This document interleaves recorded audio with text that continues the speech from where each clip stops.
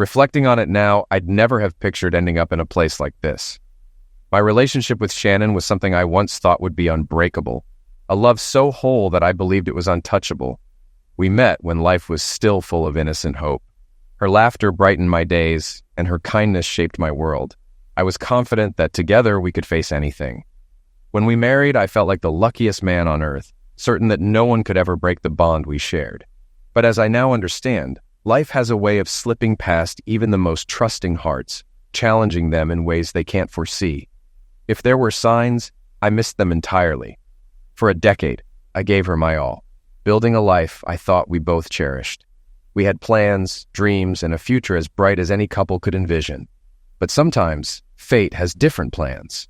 In moments of doubt, I wonder if there was more I could have done, some other path I could have taken to avoid the heartache that followed. Now, looking back, I realized that the person I loved was hiding things from me, things that would ultimately unravel my life as I knew it.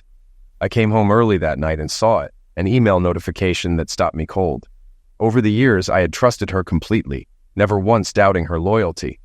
But after seeing her at the office Christmas party, catching her in a private moment with someone else, and later finding her car outside a local motel, the truth was unmistakable. People say there are only a few ways to discover betrayal, and perhaps they're right. Each clue led me to the realization that the marriage I had treasured was no longer the same. In my case, I was so in love with my wife of 10 years that it took a jolt to realize what had been happening between her and her lover over the past 6 months. I had no clue. Shannon and I met in college our sophomore year, and we were instantly drawn to each other. She had blonde hair, blue eyes, a beautiful face, and a slender figure with long legs. To me, she was perfect. But more than her looks, I fell in love with her intelligence, humor, and joy. I could talk to her for hours about anything under the sun. We became best friends, and after 3 months together, we opened up in ways that deepened our bond. My name is Stuart Gray, but everyone calls me Stu. I was born and raised in a medium-sized Midwest town. I'm 6 feet tall and weigh 187 pounds. Some consider me a decent-looking guy with brown eyes and sandy hair. I'm a contractor by trade, running a small business with a permanent staff of 5.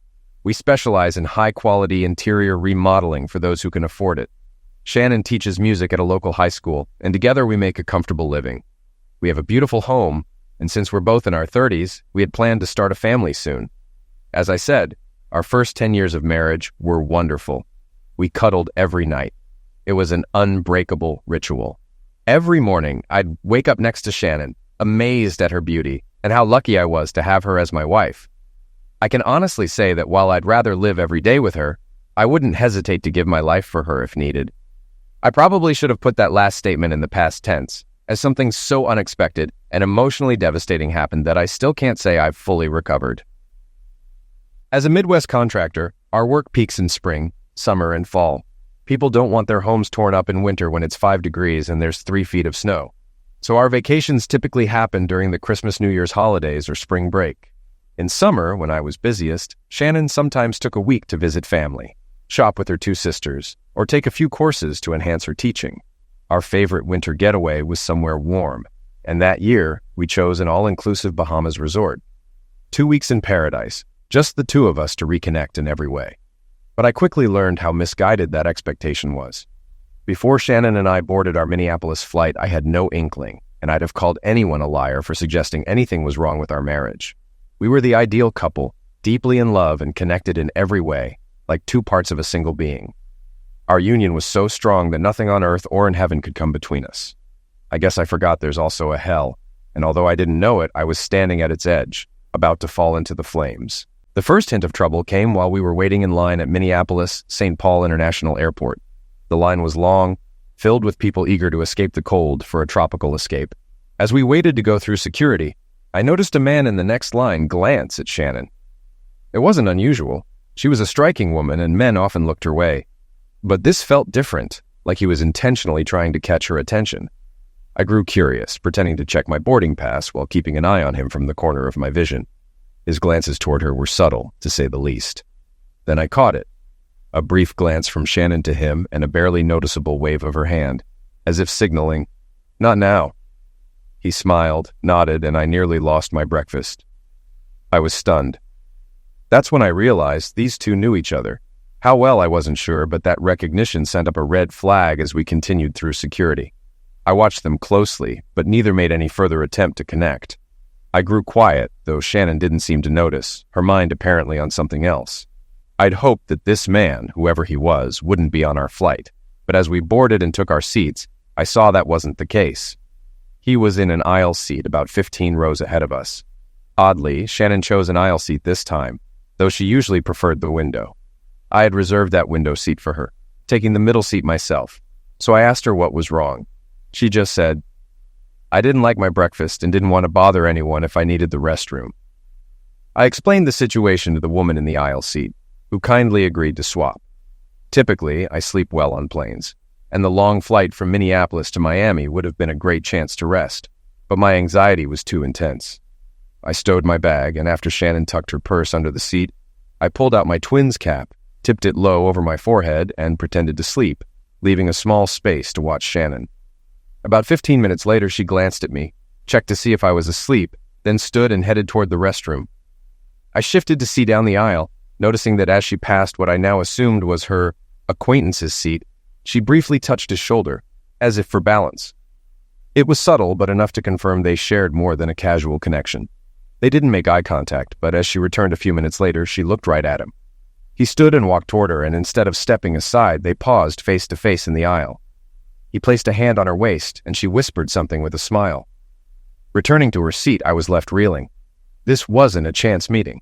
It was deeper, something that likely had been going on for some time. Suddenly, I realized that my marriage, my seemingly perfect marriage, might be hanging by a thread. As she settled back into her seat, I turned away, asking myself, how could she do this? How long had it been happening? What did this mean for us? I wrestled with these questions for the rest of the flight, hoping the man wouldn't be on our connecting flight to Nassau, though I had a sinking feeling he would be. To my dismay, I was right. As soon as Shannon and I boarded, I spotted him 5 rows behind us, casually flipping through the in-flight magazine, not acknowledging us as we took our seats. Shannon, no longer bothered by any stomach trouble, returned to her usual window seat.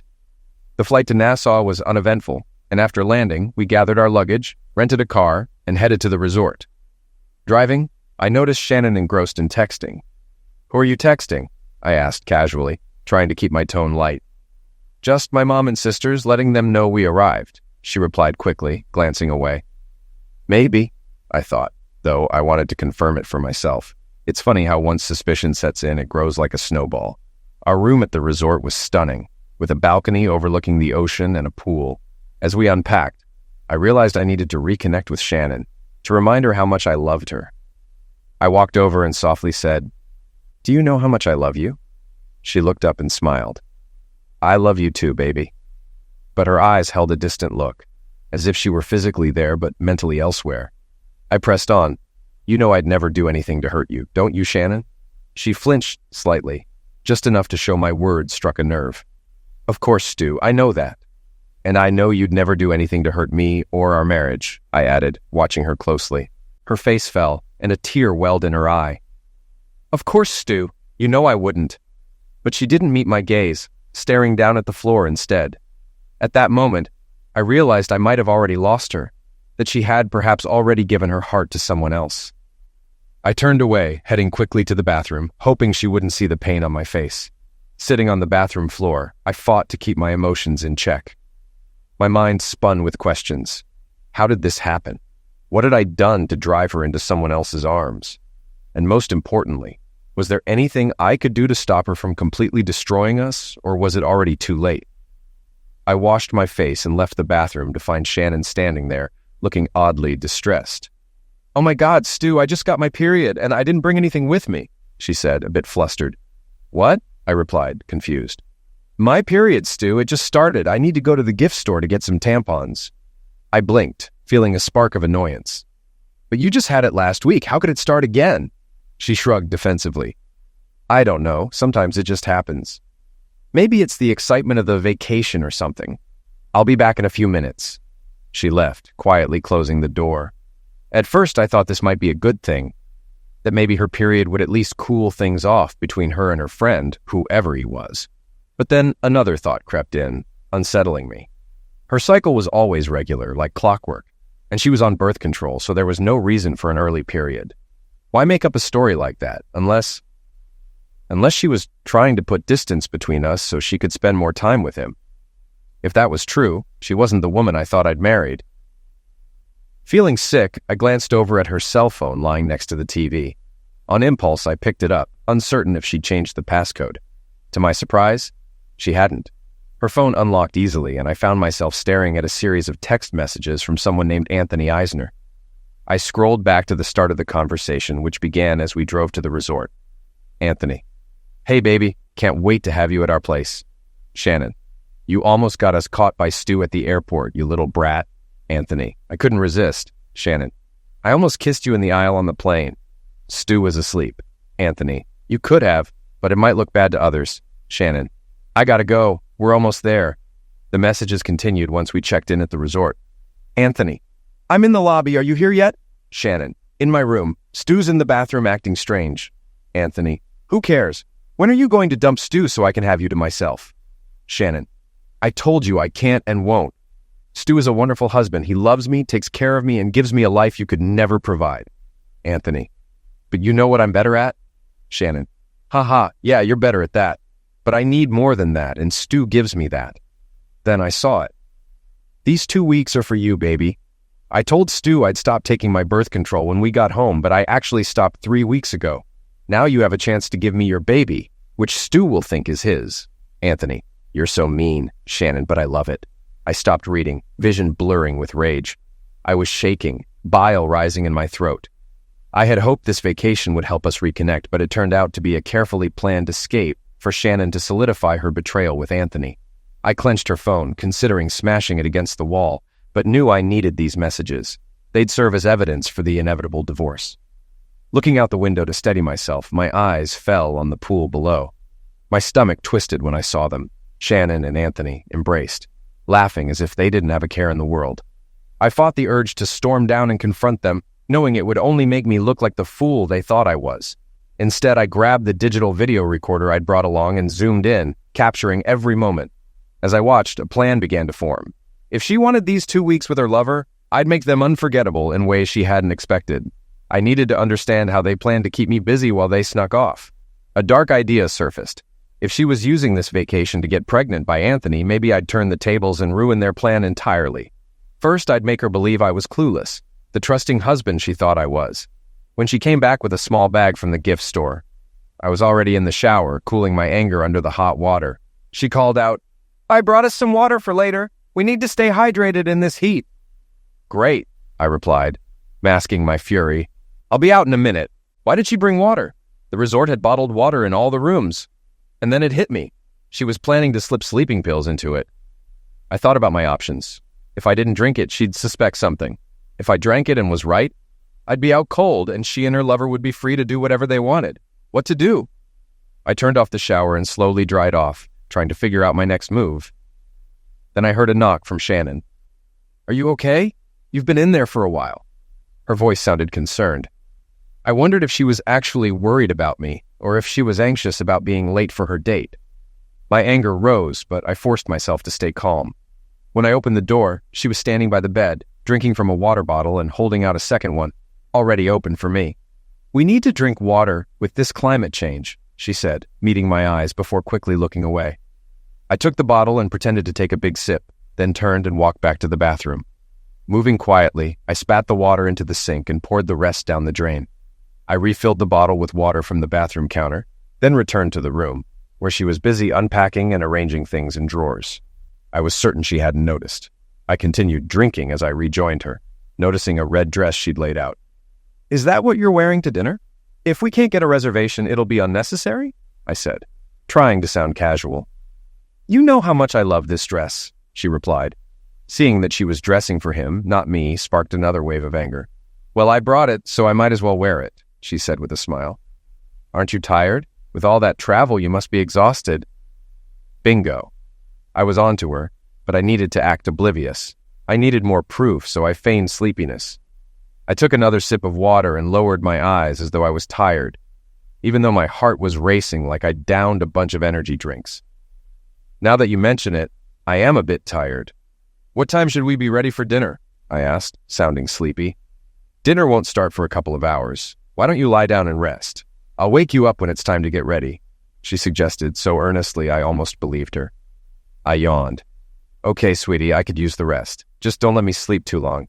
I want to spend as much time with you as I can. I love you so much.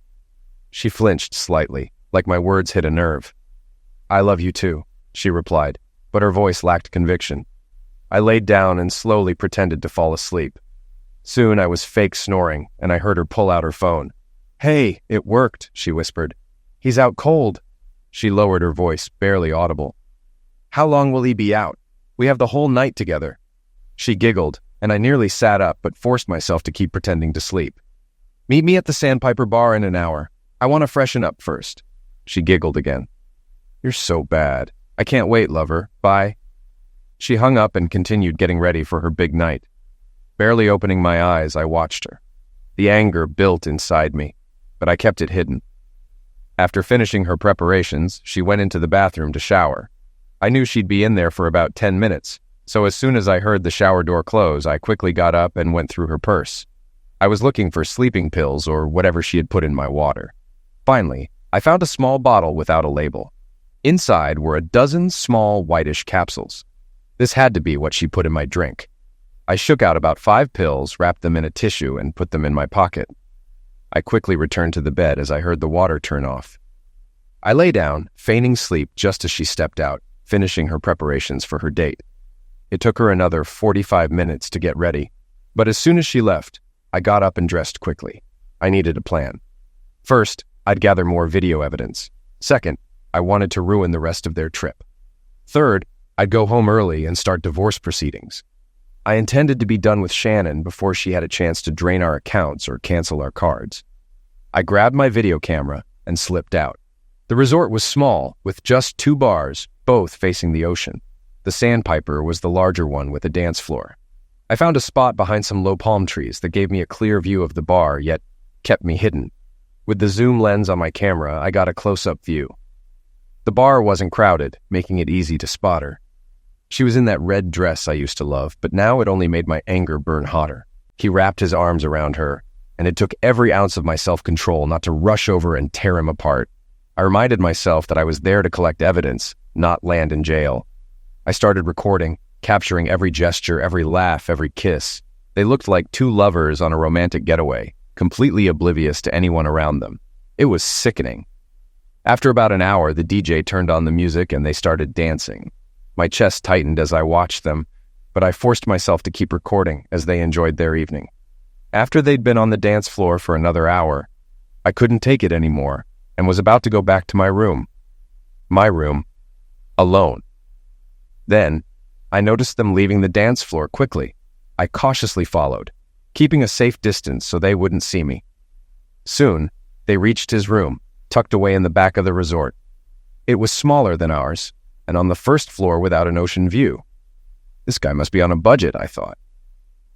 They went inside, and I moved closer to see if I could catch a glimpse.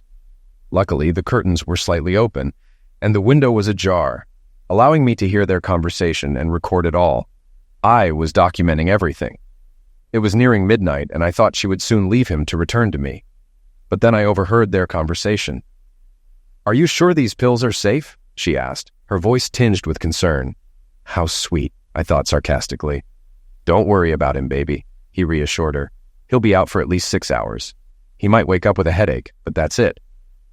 "You only used 1 pill, right?" she probed further. "Yeah, just 1, he confirmed. "Why? What would 2 do?" she questioned, clearly uneasy. 2 would knock him out for 12 hours or more. Just give him 1 before bed and we can be together every night. I want you to be pregnant by the time we leave." He then handed her an extra key card. "If you can get away from him during the day, call me and we'll meet here." Their laughter filled me with such rage that I almost threw up. I'd heard enough, so I slipped away quietly and went back to my room. Now I had to plan how to destroy them both and make them feel the pain they'd caused me. It was clear she intended to spend every night with him, so the first thing I'd do was change that. Back in my room, I reviewed what I'd recorded and began putting together a plan to ruin their fun completely. First, I needed to figure out a way to separate them so I could confront him alone. I thought about giving him a taste of his own medicine, maybe slipping something in his drink to knock him out. Then I could deal with him without interference. If he was unconscious, he wouldn't be able to identify me, and I'd walk away clean. But how would I get them apart? That's when I got the idea of giving Shannon a spa day. The resort had a spa with massages, facials, and even makeup sessions. I could easily book a package as a gift, showing her how much I cared. If she tried to refuse, I'd remind her it was non-refundable and guilt-trip her, just as she'd done to me countless times. She won't be able to say no to my gift, I thought. It'll keep her occupied for a few hours. That would give me plenty of time to visit her lover. Early the next morning, around 5 a.m., Shannon quietly slipped back into the room. She changed clothes and slid into bed, snuggling up as if nothing had happened. I wanted to push her away, but I lay still, pretending to be asleep, and waited for the right moment. A little after 7, I started to stir and slowly pretended to wake up. Shannon was sound asleep, so I got up, took a quick shower, and went to check out the spa. It didn't take long to find, and I was glad to see it opened early. Inside, a young woman at the counter helped me pick a package. "I'm looking for something that'll keep her busy for a few hours," I said, glancing at the menu. She smiled. "Our Tranquility package includes a massage, facial, and makeup session and lasts about 3 hours." "Perfect," I replied, handing over my card. "What's the earliest time slot you have?" She checked her computer. "We can book her at 2 p.m. That would work fine. I could get her out of the way in the afternoon and have enough time to carry out the next part of my plan." After booking, I returned to our room around 9, finding her still sound asleep. I rummaged through her purse and found her phone, checking the messages. A recent one from him read, "Anthony, you were amazing last night. Can you sneak away from Stu for some daytime fun?" My anger flared, but I kept it in check. When she stirred, I leaned down and kissed her forehead gently. "Good morning, sleepyhead," I murmured, faking affection. "I'm sorry about last night. I fell asleep and ruined our dinner plans, but I have a surprise for you." She smiled groggily. "What kind of surprise?" "I booked you a spa day to make up for last night and to show how much I love you." For a moment, uncertainty crossed her face, and I saw something shift in her expression, like she was second-guessing herself, maybe even questioning her feelings for me. "Is something wrong?" I asked, watching her closely.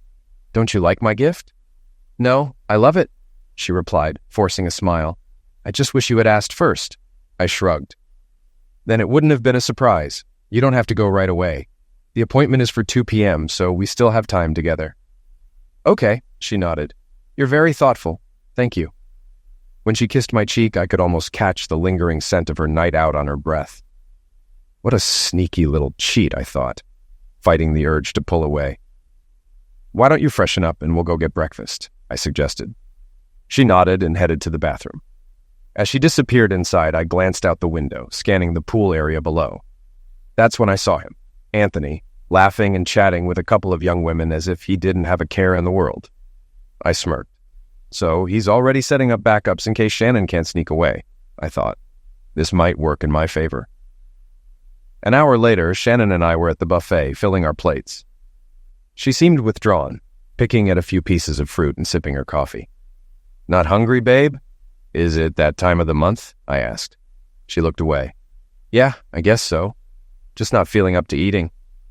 I wondered if she was still thinking about him and whatever they had planned for later, but it didn't matter. I was already setting things in motion to disrupt their little romance. After breakfast, we strolled along the beach, taking in the ocean view. I brought my camera, snapping shots of the sand, the palm trees, and of Shannon herself. She'd smile politely, and I'd throw in comments like, "You're so beautiful," or "What a wonderful mom you'll be someday." She'd flinch, guilt and doubt clouding her expression. "What's wrong, babe? Are you okay?" I asked, knowing the guilt was eating away at her. "No, I'm fine, just tired," she replied. "Do you mind if I go back to the room and nap before I head to the spa?" "Sure, no problem. I know it's no fun being on vacation while dealing with that. Go rest, and after your spa treatments, I'll be waiting for you in your room. I'm sure it'll help you feel better," I reassured her. Without even a goodbye kiss, she turned and walked toward the spa. Oh, well, I thought, she'd be getting the cold shoulder from me soon enough. Now all that was left was to find Anthony and make him pay. As I walked along the beach, lost in thought, I noticed two couples approaching me. I recognized the women from my conversation with Anthony that morning. They were now accompanied by two large men who looked like they could be NFL players. As they drew closer, I overheard their conversation. "Come on, babe, don't be like that," one of the men said. "You knew Dave and I wanted to go fishing, and there were only 2 spots left. We'll be back by dinner." "Sure, you guys get to do whatever you want while we're stuck at the hotel," one of the women complained. "Babe, there's plenty to do here. You could go into town, shop, hang out by the pool or the beach. Heck, you could even hit the gym," he replied. "What, you think I'm fat? You got room to talk," she snapped back. "No, babe, that's not what I meant," he insisted. "I'm just saying there's a lot you could do here." It was clear he was losing the argument as they passed me on their way back to the resort. He kept trying to reason with her, but she wasn't having it. After wandering the beach for a bit, I decided to go back and see what Anthony, the lover boy, was up to. I worried that Shannon might have skipped the spa and was with him, but if that was the case, I might be able to catch more footage of them together. I spent over an hour around the spa area before I found myself outside Anthony's room. I heard voices inside, but it wasn't Shannon's. Carefully, I prepared my camera and edged closer to the window. It was risky in broad daylight, with people passing by who might notice me. I decided to place the camera on the window ledge, facing the room, and let it record on its own. Once it was set, I moved down the walkway to a spot where I could watch the door and see who came out. I waited, and my patience eventually paid off. The 2 women I'd seen earlier with Anthony at the pool, and then, on the beach with those big guys, walked out of his room laughing as if they shared some inside joke. As soon as they were gone, I grabbed my camera and returned to my room. Shannon wouldn't be back from the spa for another hour, giving me time to review what I'd captured. Once back in the room, I pulled out my laptop and downloaded all the footage I'd recorded since our arrival. Most of it was of Shannon, but I reviewed the latest clip of the 2 women leaving his room. Looked like they'd found a way to entertain themselves while their boyfriends were off fishing. Anthony had managed to talk them into a little fun. An idea struck me. If I timed it right, I'd head home, leaving Shannon to wonder what went wrong. I figured she'd try to give me water again tonight, so I'd play along, pretending to pass out. Then, hopefully, she'd meet Anthony at the bar, share a dance, and go back to his room.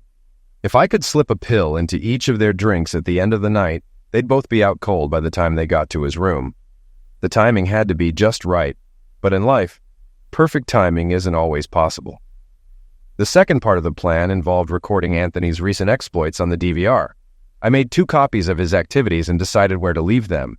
I also backed up everything I'd recorded on another DVR.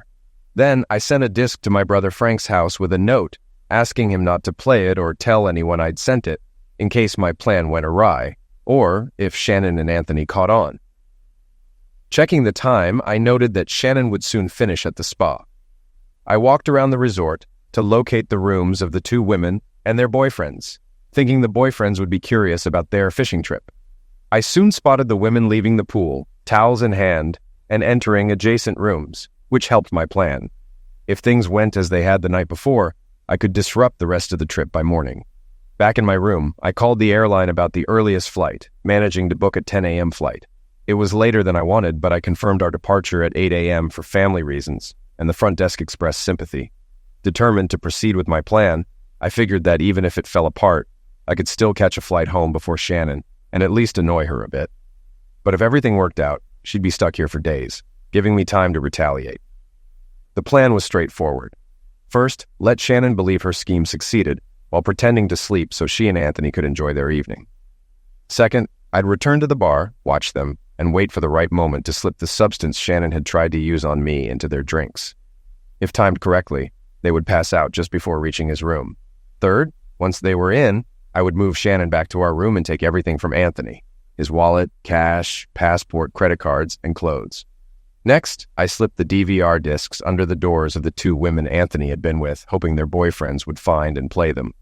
Anthony's room number was clear on the video, so they wouldn't have trouble locating him.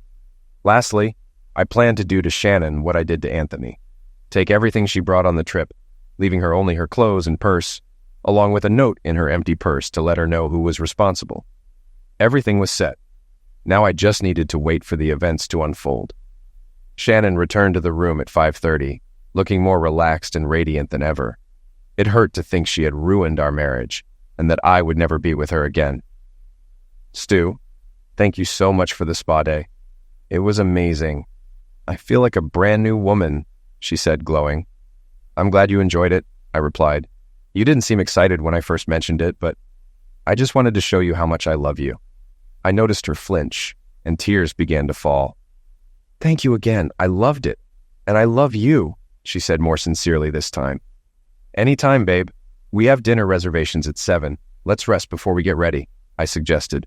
She nodded and went into the bathroom with her purse. A few minutes later, she emerged with 2 bottles of water and offered me one. "Here, drink this. I want to go dancing tonight, so start moisturizing," she winked. "Okay, but let me use the bathroom first," I said, giggling. Inside, I emptied the bottle and filled it with water from one of the bottles on the counter, then flushed the toilet to cover my tracks. I returned to the bedroom and started drinking the water. After about 15 minutes, I pretended to fall asleep, snoring while watching Shannon prepare for her date with Anthony. Unbeknownst to her, she went into the bathroom to shower. I quickly grabbed her phone to check her messages. "Shannon can't get out this afternoon. Stu bought me a spa package. I can't say no to that. Do we still have plans, Shannon?" "Oh yeah," she replied. After reading that, my anger faded. I knew the end was near. I just needed to follow them to the bar, watch them dance for a few hours, and slip them a drink. I searched her purse and found the keycard to Anthony's room, slipping it into my pocket as she took her time getting ready. Then, unexpectedly, she crouched beside me and touched my cheek. "Baby, after this week, I'll be all yours, I swear. I just need to clear my head before we start a family. I wish I could explain, but I know you'd leave me. I need you right now. I love you so much, but I have to do this." At first, I thought she knew I was awake, but I realized she was just easing her guilt. It was too late. Soon, she dressed and left. As soon as the door closed, I jumped out of bed, got dressed, and followed her. They returned to the same bar as last night, which was even more crowded. I spotted 2 women with their beach boys. If my plan succeeded, they wouldn't be together until the next morning. I found a spot like the night before, settled in, and began recording the evening's events with my camera. The evening unfolded just as I had expected, with Shannon and Anthony seated at a table, chatting and laughing. As it got late, I realized it was time to get them drinks. I slipped to the bar without being seen, found an empty seat, and ordered a beer while keeping an eye on them. I noticed a waitress taking their drink orders, and, after she placed the order with the bartender, I called another bartender over and ordered the same drinks. When the drinks arrived, I paid and discreetly opened one of the capsules, mixing it into one of the drinks. After stirring it in, I did the same with the second capsule. With a drink in each hand, I squeezed past the waitress, swiftly switching their drinks without anyone noticing. I then returned to my spot outside to watch. It was just past 1 a.m., and if all went according to plan, they'd be out until around 1 p.m. They sat sipping their drinks, and I started to get nervous. What if they didn't finish? Fortunately, Anthony leaned in to whisper something to Shannon, and they quickly finished their drinks and left the bar. I followed them as they hurried back to the room. Shannon began to stumble, and Anthony wrapped an arm around her for support. By the time they reached his door, both were struggling to stay upright. After a few tries, Anthony managed to unlock the door, and they staggered inside. I waited a few minutes, then used the key card I'd taken from Shannon to enter the room. Inside, I heard Anthony slurring, "What's wrong with you, babe? You didn't drink that much." Shannon lay face down on the bed, unconscious. Anthony shook her, mumbling, "Come on, baby, time to do things," before noticing me. "Hey, who are you?" he slurred, attempting to stand, but nearly toppling over. "I'm her husband, idiot. Why don't you pass out so I can take her home?" At that moment, he collapsed to the floor and lay still. I moved closer to the bed and spotted his cell phone on the floor. I picked it up, eager to check his messages and photos. Most were innocent, but I soon found a folder filled with images of women, including several of Shannon and some female teachers from her school. "Well, that's interesting," I muttered. Anthony seemed to be involved with other men's wives. I decided these photos, along with those of my soon-to-be ex-wife, should be sent to everyone in his contact list. It took a few minutes, but I tagged and sent the images to everyone, including the husbands of the women he had photographed. After sending the photos and videos of Shannon to her phone and then to mine, I realized I could use them for my own purposes. Blackmail, you might say. After turning off Anthony's phone, I began packing up his belongings, clothes, toiletries, and other items, into his suitcase. I also searched his pockets for cash, his wallet, credit cards, driver's license, and passport, knowing he'd have a hard time leaving the island without the last one. Once I finished with his suitcase, I turned to Shannon, who was still face down on the bed. I carefully rolled her onto her back and carried her to our room, placing her on our bed before returning to gather the rest of Anthony's things. I kept his phone, wallet, and cash as compensation for this ordeal. I searched his room to ensure he left nothing behind, even taking his shoes. On my way back, I found a trash can and dumped his suitcase and shoes, covering them with trash. Back in my room, I packed my and Shannon's belongings, leaving her with just her clothes, purse, and an empty wallet containing a note. As I finished, I saw it was 4 a.m., and I needed to be at the airport by 9. Since Shannon had stopped drinking around 2 a.m., she'd be unconscious until at least noon. I suspected Anthony would arrive around 10, allowing me to leave before either of them woke up. Before I left, I grabbed the 2 DVR discs I had made earlier and slipped one under each door of the 2 women's rooms. Returning to my room, I looked at the peacefully sleeping Shannon and felt immense sadness. I had wanted to start a family with her, but she had different plans, and I couldn't forgive her. I checked that I had packed everything, then took Shannon's suitcase to the same dumpster where I had disposed of Anthony's belongings. Back in the room, I emptied Shannon's purse to ensure it contained no money, credit cards, or passport. I wanted to make it just as difficult for her to get home as it would be for Anthony. Sitting down, I felt exhausted, but started thinking about my next steps once I got home. Emptying our bank accounts, canceling our credit cards, and moving out of our house. I was determined to leave this sham of a marriage behind. Before I knew it, I dozed off and woke up around 7 a.m.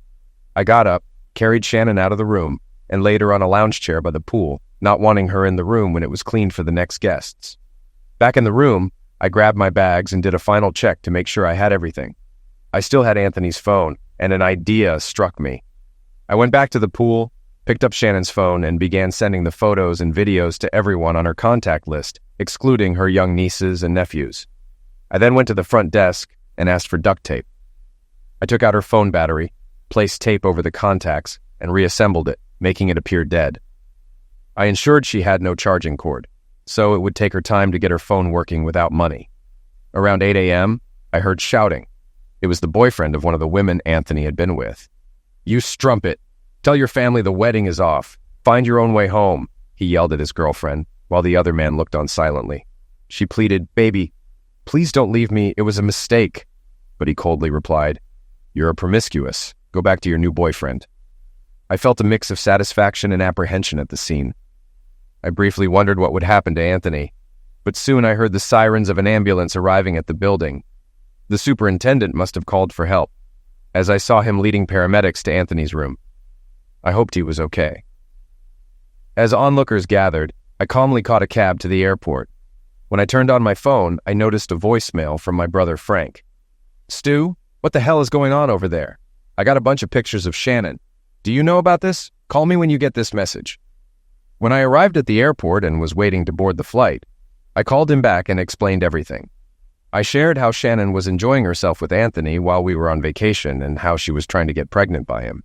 My brother was taken aback and thought I was joking at first, but then I told him to pay closer attention to the video. He expressed his deep regret for what had happened and said to call him if I needed anything. I thanked him, hung up, and soon found myself flying home alone. As soon as I landed and turned on Anthony's phone, I discovered a dozen voicemails and over 30 texts threatening him with violence. Apparently, the pictures and videos I had sent weren't well received. After grabbing my belongings, I retrieved my car from long-term parking and drove home. During the drive, I began strategizing my next steps. Divorce was an option, but I knew she'd take half of everything, which didn't sit right with me. She cheats and still gets half? It didn't seem fair. Another plan began to form in my mind, and I started mentally listing what I would need and how to go about it. She had destroyed our marriage, and I was determined to make her life miserable. Once I got home, I called my brother and asked if he could help me move my things out of the house over the next few days. I wanted to be done before Shannon came back so she'd return to an empty house. I finally turned on my phone and saw over 20 voicemails and texts, mostly from Shannon's sister, asking what was happening and why Shannon wasn't answering her calls, along with similar messages from Shannon's family. However, there were no messages from Shannon herself, meaning her phone was still dead. I smiled, imagining her reaction when she finally turned her phone back on and saw all the messages questioning the photos and videos she had unwittingly sent. The first thing I did was cancel all our credit cards and transfer all the money from our joint bank account to my personal account. Then I started packing up my clothes and other personal items I wanted to keep. Any gifts Shannon had given me over the years went straight to the trash unless they had real value. If they did, I planned to sell them online or take them to a pawn shop. I immediately disconnected our home phone so anyone trying to contact us would have to call my cell. It was around 11 at night when I finally checked my phone and saw several messages and voicemails from Shannon, indicating she had managed to get her phone working again. The first few messages were frantic. "Where are you? Why did you leave me here? Are you okay? I think someone's robbed me." Then, as she grasped what had truly occurred, the tone of her messages changed. "Why? Why did you do this to me? Couldn't we have talked first?" I ignored the rest of her messages, figuring it would only upset her more. The next day was stressful. I had no idea when Shannon would get home, so I needed to act quickly. First, I went box shopping to pack the rest of my belongings and rented a storage unit big enough to hold everything. Then, I went to the bank and made sure hardly any money was left in our joint account, transferring the remaining balance to my business account, which I planned to close shortly after withdrawing the cash. But there was still more to do before I could leave for good. The house we lived in was small. We had agreed to start small and buy a bigger place once our family expanded. It was a basic 2-bedroom with a small bathroom and a cramped kitchen. Nothing extravagant.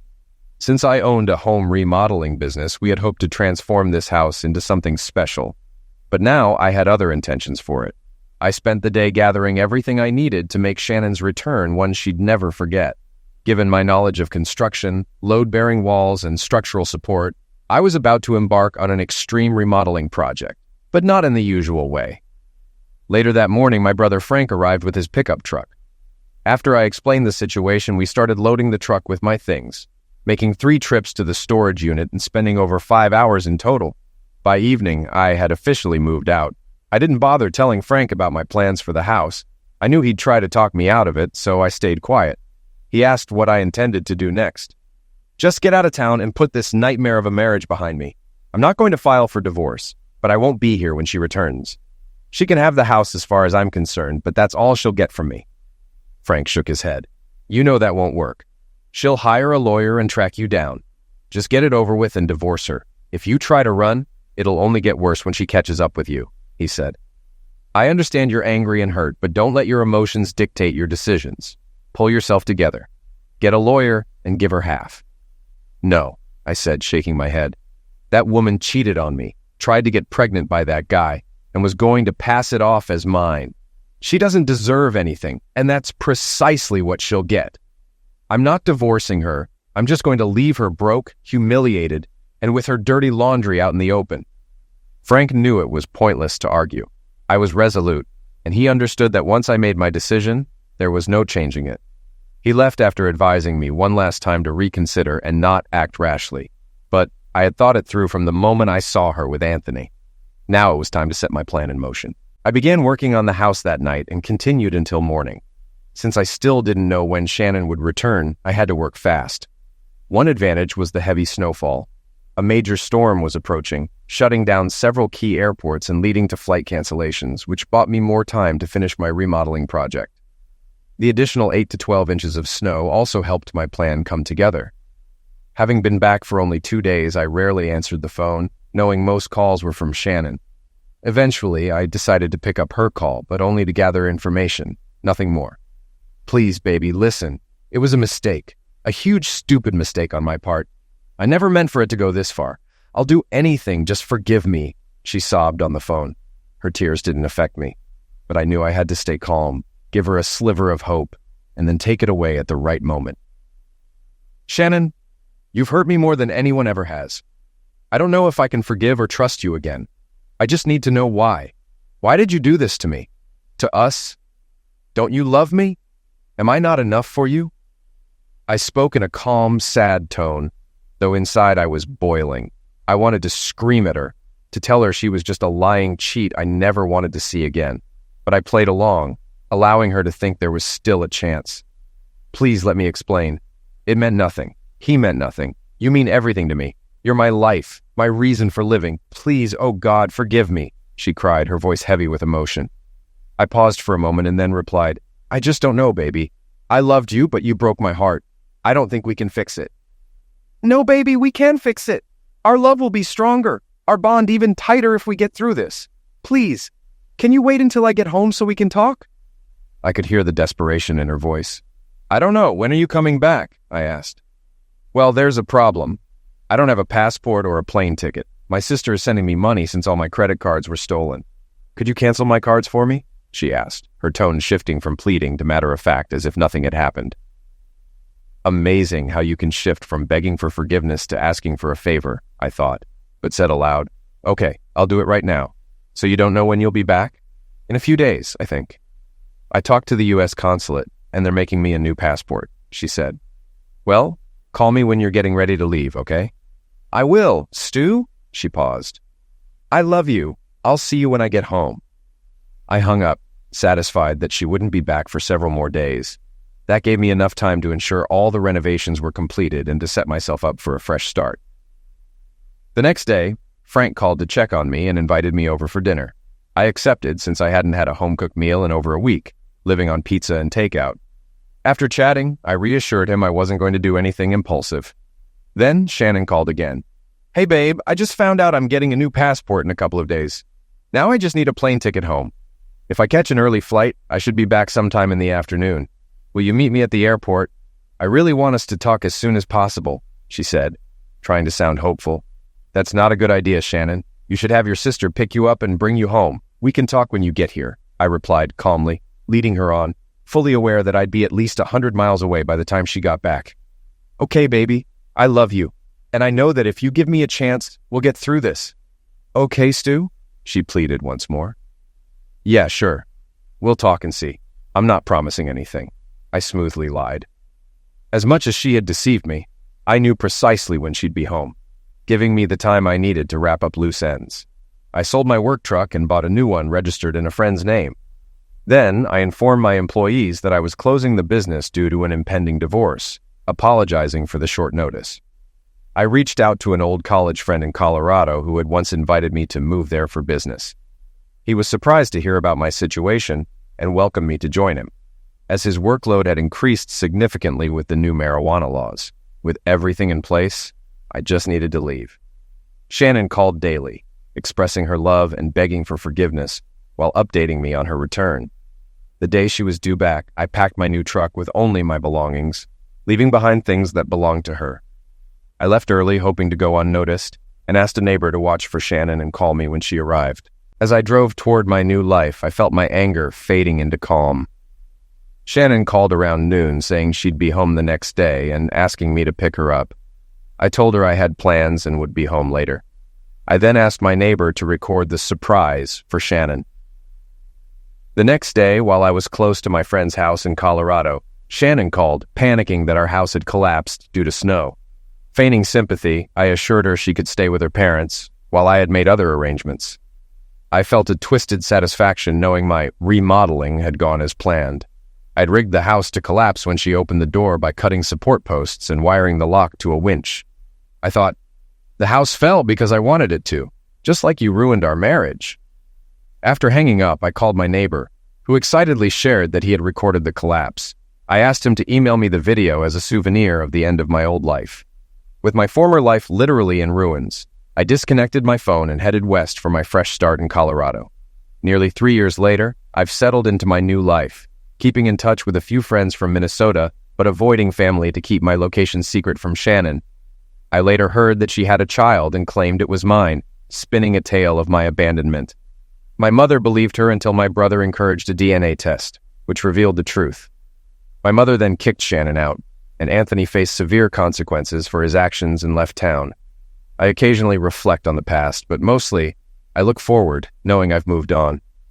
Looking back, I can finally breathe without the weight of betrayal on my shoulders. Those early years with Shannon are memories I once cherished, now shadows that no longer haunt me.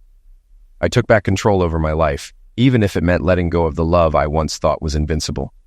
The scars are there, reminders of the deceit I survived, but I've found peace in knowing I took a stand. Life goes on, I've built a new path for myself, free from the lies. Now, as I sit here hundreds of miles away from that old life, I'm grateful for the strength that led me to a new beginning, a place where trust feels possible once more.